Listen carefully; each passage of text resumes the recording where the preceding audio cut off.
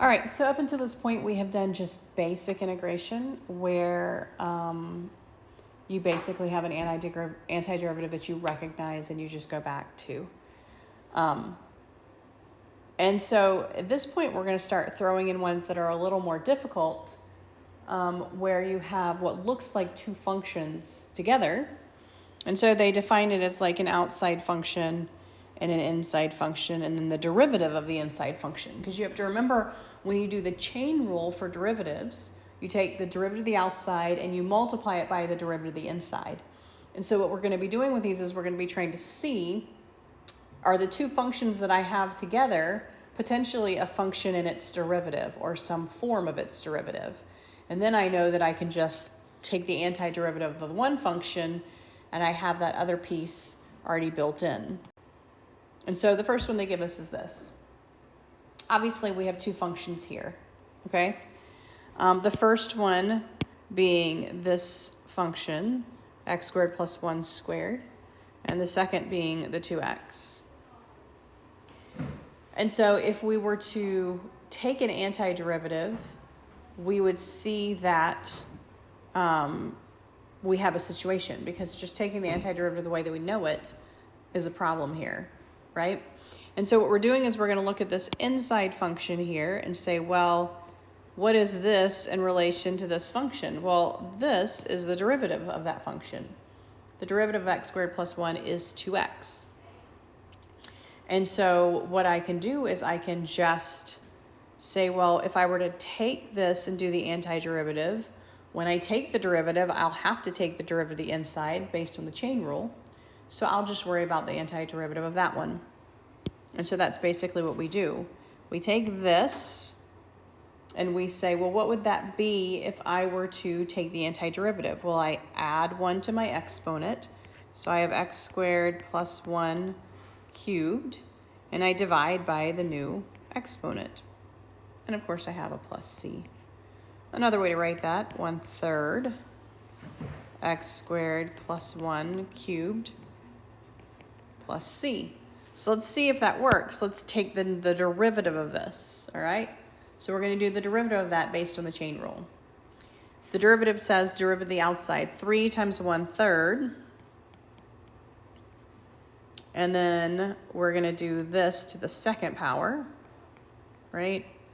And then we multiply by the derivative of the inside, which is 2x. And the plus c, constants just zero out.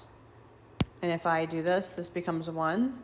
And you'll see you have x squared plus 1 squared times 2x, which is what we wanted. And so this is the antiderivative of that. And so that's what we're really looking for. We're looking for, is that those two functions put together, does that incorporate the function itself and the derivative of the inside of that function? Let's look at the next one. Cosine of 5x. Well, very obviously, my larger piece of this is cosine of 5x. My inside function here would be the 5x. So I have an outside function here. I have an inside function here.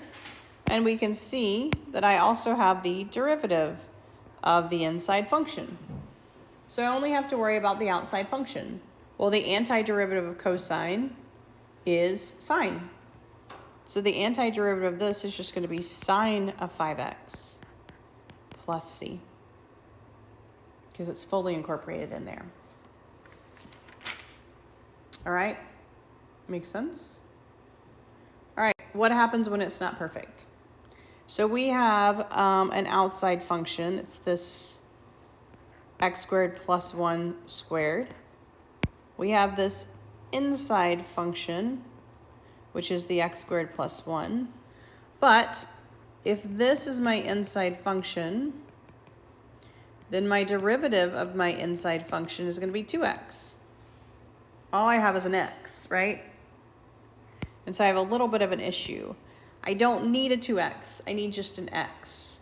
So how do I make this an x? Well, I could multiply this by 1/2, right? And so that's what we do. We say, okay, well, it's almost exactly what I want it to be. And so I'll just take the antiderivative of this guy, x squared plus 1. I'm going to add 1, so it's going to be cubed. So I'm going to divide by that. And then I also have to worry about this. So I need to multiply this whole thing by what I did to fix it, which is the 1/2. So this is going to be 1/6 x squared plus 1 cubed plus c. And if I were to take my derivative, 3 times 1/6 is 1/2 x squared plus 1 squared times 2x. Well, 1/2 times 2x is just x. So I get what I started with, which is what I wanted. And so that is my antiderivative there. So you're looking for a pattern. Make sense? All right, this one. My outside function is going to be this whole thing to the 1/2 power. My inside function is just this guy right here. Well, my derivative of my inside function is a 2. I don't need a 2, I need a 1. So again, I'm going to take it to the 1/2. So I have 1/2. This guy is 2x plus, or not plus, 2x minus 1 to the 1/2. So I'm going to add 1, right? So that would be 2x minus 1 to the 3/2. And then I am going to multiply by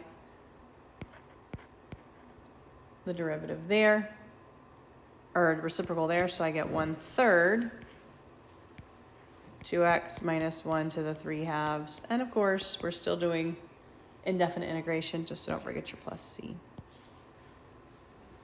Make sense?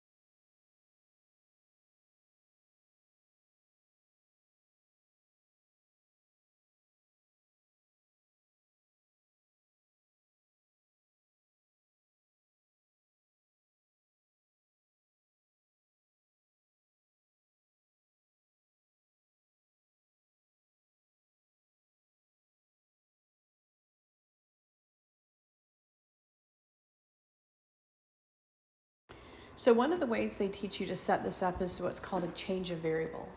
And so what you do is you use the more difficult function and you set up a u value for it. So I would say, well, my more difficult function here is my x cubed plus 5. You kind of do this over to the side.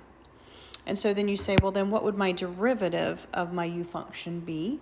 Well, that would be 3x squared. Well, what do I need? I need x squared. And so I want this to look exactly the same, so I would multiply both sides by 1/3, and I would have my x squared.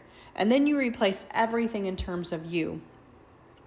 So I'm going to say, well, instead of this whole thing, I have u to the 4th, right? That's that guy right there to the 4th. All right. And 1/3 du, well, that will replace my x squared and my dx, because technically this is x squared dx. And so I can replace that with 1/3 du. And then I just take a straight derivative. Well, that's going to be u to the 5th. 1/3 u to the 5th, because that guy's there. And then I have to multiply by my, divide by my new thing. So times 1/5. So that's going to be 1/15 u to the 5th plus c. And then I'm going to go in and replace my u with what I said u was. 1/15 x cubed plus 5 to the 5th plus c. And so you use this u substitution here to do that. Now, when you have something that's very obvious, like, okay, I knew I was going to have to multiply by 1/3 because I was going to have that 3 there, you don't really have to set up the u substitution. But sometimes you have something way more difficult, whereas it's not going to do what you want it to do. You're actually going to have a leftover variable, and that's where this u substitution really helps. Look at example 5. So let's say I do u substitution here. Well, I have u equals my more difficult one. That's the 2x minus 1. That's on the inside.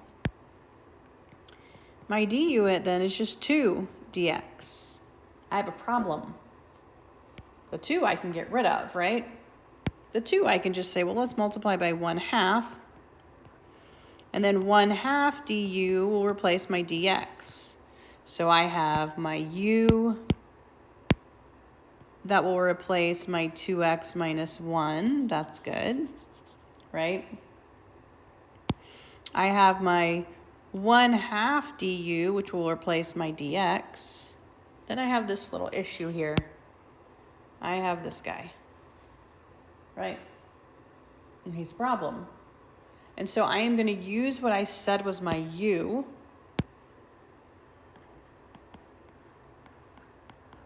And I'm going to solve for x. And I'm going to replace my x with that guy.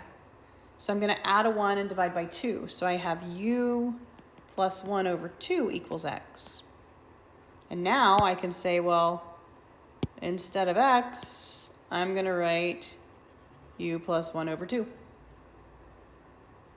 And see if that helps me. So now I'm going to rewrite this entire thing using my substitutions. So I'm going to say integration of, I need my x, that's well u plus 1 over 2, that's my x. I need my 2x minus 1, so that's just u to the 1/2, right? And then my dx, that is 1/2 du. Now, I can pull out my constants. It's all multiplication. So I can take out this 1/2, right? That's a 1/2, basically. And I can take out that 1/2. So I have a 1/4 up here, right? And then I have u plus 1 times u to the 1/2 du. Well, I can distribute, right? So I can distribute that u to the 1/2 through. I have 1/4 u to the 3/2 plus u to the 1/2 du. Now I can just take an antiderivative, right? And so my antiderivative here is going to be 1/4. We're going to throw him out in front. U, I need to add 1, so it's going to be u to the 5/2, right? And divided by 5/2 is 2/5, right? Plus, this is going to be u to the 3/2, and then divided by that is 2/3, right? And then I have a plus c. Obviously, you have to distribute the 1/4 to the plus c. So, my final answer here, I'm going to distribute this through 1/4 times 2/5, right, is going to give me 1/10, right? I'm going to cross cancel, so I'm going to get 1/10. And instead of u to the 5/2, I'm going to replace it with what u was. So I'm going to say 2x minus 1 to the 5/2 plus 2/3 and 1/4. Those are going to cross cancel, and I'm going to get 1/6. And again, I'm going to replace this u with 2x minus 1 to the 3/2, and then plus c. And so while this is a kind of ugly antiderivative, that's the only way I can get it, is with u substitution. All right, once again, I have this, and remember you can write this as sine of 3x squared. All right, sine of 3x squared. So for this one, my u is going to be the sine of 3x. My du then is going to be 3 times the cosine of 3x dx. I don't want a 3. That 3 is in the way. So I can do 1/3 du is going to equal cosine of 3x dx. And I can replace my sine of 3x with a u. And I can replace my cosine 3x dx with a 1/3 du.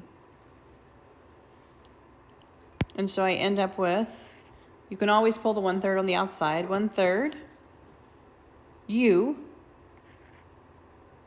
squared du. And I've replaced all my pieces.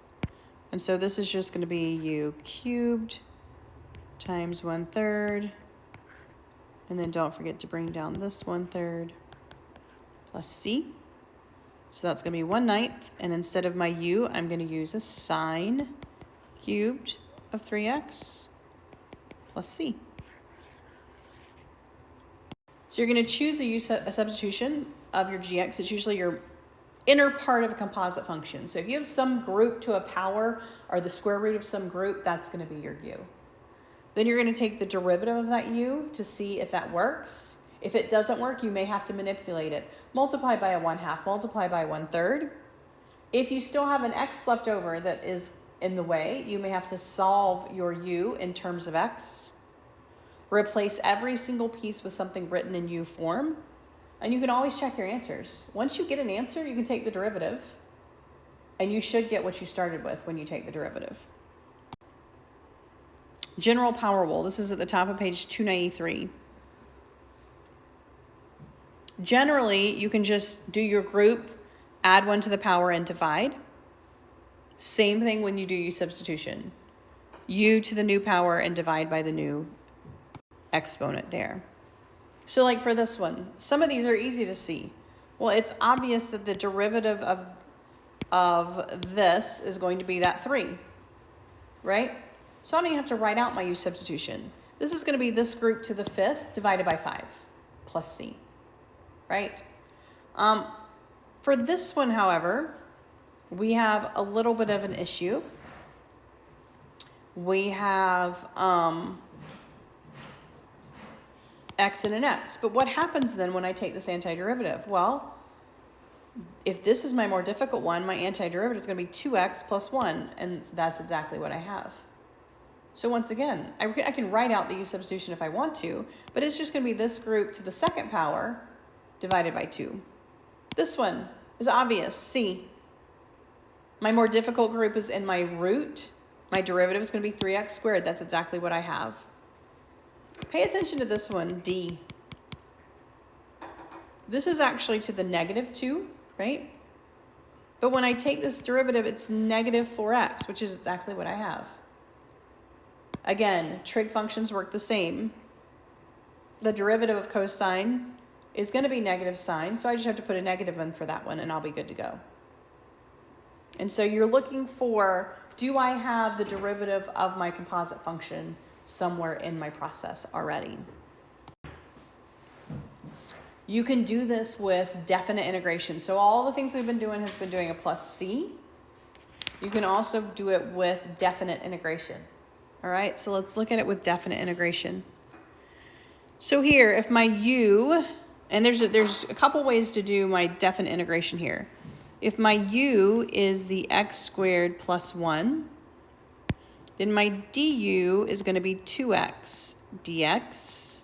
I don't want a 2, so I'm going to say 1/2 du is going to be x dx. All right? And so I basically covered all my bases here. I have the 1/2 du, and then I have u cubed. There's 2 ways to do this. You can go through and do your antiderivative, plug your u back in, and then do from top to bottom, just like you do. Or you can calculate a new top and bottom based on this right here. So right now I'm going from 0 to 1, right? Does that make sense? Instead of going from 0 to 1, I can just replace my 0. So if I put a 0 squared plus 1, that's going to give me a 1. So my new bottom can be a 1. And I'm plugging in a 1. 1 squared plus 1, that's going to be 2. My new top can be a 2. And then I don't have to go back and replace my u. I can just say 1/2. This is going to be u to the 4th times 1/4. And I can just go from 1 to 2, right? Straight with that u. I don't have to go back and replace it. If I keep my original ones, then when I get to this point, so here I end up with like 1/8 u to the 4th from 1 to 2, okay?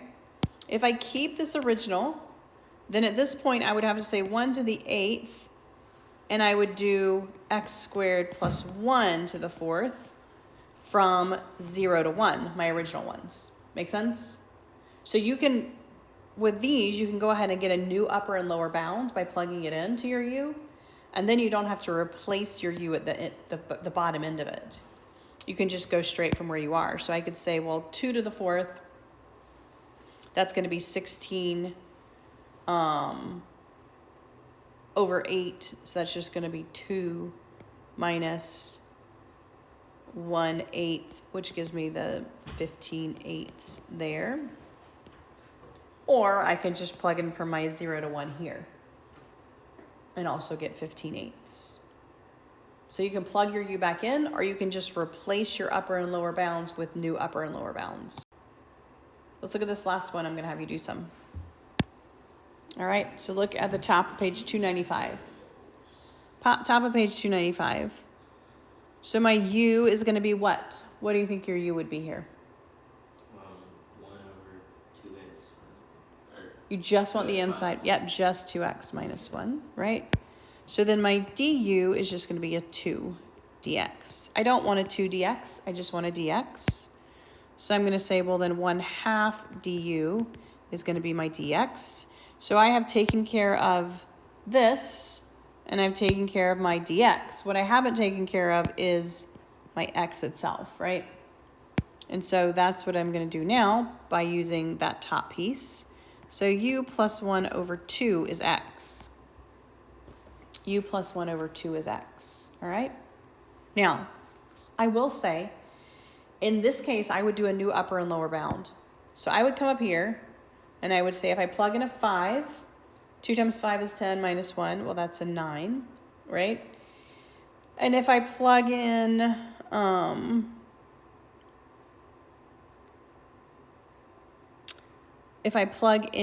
1, that's going to be 2 times 1. That's 2 minus 1, which is 4. So I can go from 9 to 4. All right? And that way I don't have to worry about the rest of it. So, from 4 to 9, all right, I'm going to say I have u plus 1 over 2. That replaces my x. I have u to the negative 1/2. That replaces that denominator, right? And then I have 1/2 du. That replaces my dx. So every piece has been accounted for, all right? I can take out this 1/2 here, so I end up with 1/4. And then I can distribute this guy. U to the negative 1/2 times u. So that's going to be just u to the 1/2. Plus u to the negative 1/2 times 1 is just u to the negative 1/2 du. And then I'm going to take my antiderivative here. So I have 1/4. Add 1, that's u to the 3/2, right? Times 2/3. Plus, we're going to add 1, that is u to the 1/2. Divided by 1/2 is just 2, right? And we're going to go from 4 to 9. All right, so plug in a 9. Square root of 9 is 3. 3 cubed is 27, right? 2/3 times 27. That's going to give me what? 2/3 times 27. 18, right? 54 over 3. And then plug in a 9 here. Square root of 9 is 3 times 2 is 6. And then I'm going to subtract my 4. So square root of 4 is 2. 2 cubed is 8.